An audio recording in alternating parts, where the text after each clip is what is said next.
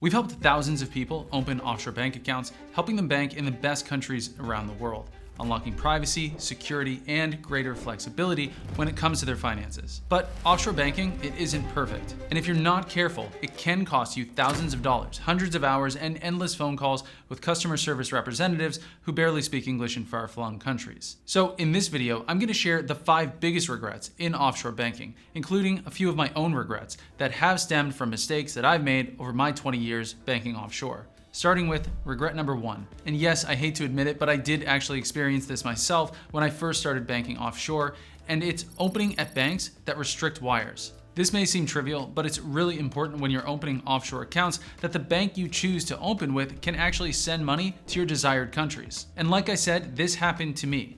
I opened an account for an offshore company that I owned. The account was in Hong Kong, but I was living in Singapore. And unfortunately, the bank needed me to show up in person to execute international transactions. So I literally had to fly from Singapore to Hong Kong just to manage company finances, which was fine. Hong Kong's a great place, but it also meant withdrawing an uncomfortable amount of cash and literally carrying it in a briefcase back to Singapore, which wasn't ideal. So I eventually opened with a different bank that offered remote wires and better online banking. The point is, you need to choose banks that give you remote access and let you manage your account from anywhere in the world. So when you're opening accounts, make sure you ask if you'll ever need to visit the bank to execute transfers. And if the answer is yes, look somewhere else instead. Now, regret number 2 is another big one, and basically everyone that I know who has ever banked offshore has had this regret, myself included. And it's not reviewing all the fees. What happens is you open an offshore account and you skip over the fine print. Sure, most people, they do look at the basic fees. Think account opening, monthly maintenance fees, even fees for inbound and outbound transfers. But those are the fees that every bank charges. And if you only ask about those fees, you're missing between 15 to 50 other fees that offshore and international banks often charge. Now, these other fees, they can include fees for monthly online banking access, receiving account statements, accessing your banking history, fees for debit and credit cards, even for reference letters.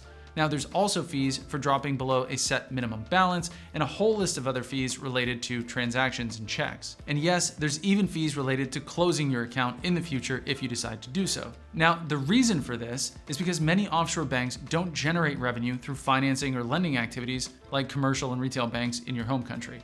Instead, they're going to generate revenue through fees. That's why it's so important to review the entire fee schedule first when banking offshore. Now, quick pro tip here, most offshore banks, they do offer term or fixed deposits, what Americans call CDs, and depending on where you open, they can usually offset the account maintenance fees and other fees related to managing your account.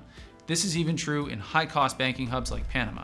And most bankers will tell you to place the minimum deposit into one of these term deposits so you can completely offset any fees that might come up. If you take this approach, it usually ends up as a win-win for you and the bank. As long as you can afford the minimum deposit, you essentially end up with a free offshore bank account. And regret number 3, it actually ties into this really nicely, and it's investing through banks.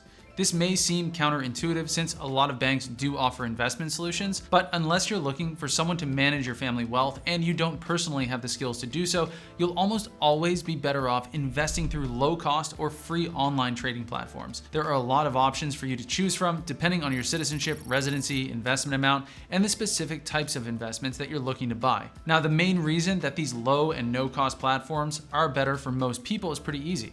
Fees. And the reason is that most banks charge very high fees for accessing, executing, and advising on investments. On the other hand, most online brokerage platforms, they don't charge fees for access, and advisory is optional. So you only get charged when you trade, and even those fees are often significantly lower than most banks. Okay, this next regret, it's a little bit different. I haven't experienced this one personally, but many of our clients, they have made this mistake before coming to us, and it's trusting finfluencers. You know the guys I'm talking about? Influencers on Instagram, TikTok, YouTube, the kind of guys that tell you where to open bank accounts in the US, UK, even Europe, or offshore. These guys, they collect hefty commissions when you click their link and apply to open accounts. And this can include bank accounts, brokerage accounts, and especially accounts with digital banking platforms. And yes, I get the irony that a guy in a YouTube video is telling you to be skeptical about guys on YouTube telling you about banking. But I'm not telling you to click an affiliate link.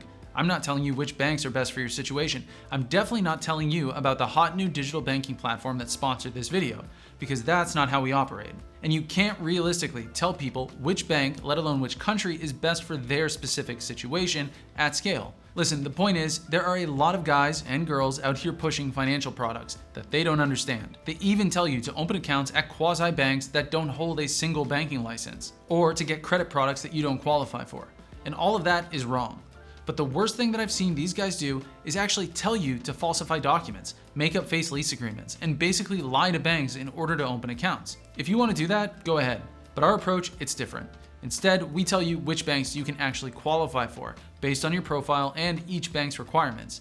That way, you end up with a bank that actually works for you. Which brings me to the fifth and biggest regret, which is opening with the wrong banks. And I'll also include opening in the wrong country here too. And this one, it's gonna impact a lot of people. But what makes a bank wrong for each person, it's obviously gonna differ. This can include a few of the topics that we've already discussed: restrictions, the wrong services, high fees, or maybe the bank just doesn't fit your profile, risk, or even the deposit amount that you want to put in. So the real takeaway here is to pick the right bank. And while that might be easy enough to say, it can be tough to narrow down your options and find the best bank that matches your profile and your specific needs. And I can say this pretty confidently because around 70% of the people that come to us to open bank accounts, they come with the wrong bank in mind. And a lot of the time, they're even looking in the wrong country, which is why a big part of our job is helping people think through their options, decide which banks and countries best match their needs, not to mention which banks are willing to realistically onboard their specific client profile at their desired deposit. It's a pretty involved process, and it all starts with our team analyzing your profile for free. This includes looking at where you're qualified to open, the challenges that you're going to face based on your profile, and sharing important considerations to help you navigate your banking options. And if you want to complete a free assessment, you can click the link below right now. On the other hand, if you just want me to tell you the best places to open offshore and international accounts today, you can go ahead and click right here. I'll give you 5 of our favorite countries, including their account opening requirements, the deposits that you're going to have to make, and which client profiles are best suited to each of these jurisdictions. So go ahead, click that, and I'll see you over there right now, or click the link below and fill out your free assessment, and our team will get back to you with your international banking options. Thanks for watching, and I'll see you in the next one.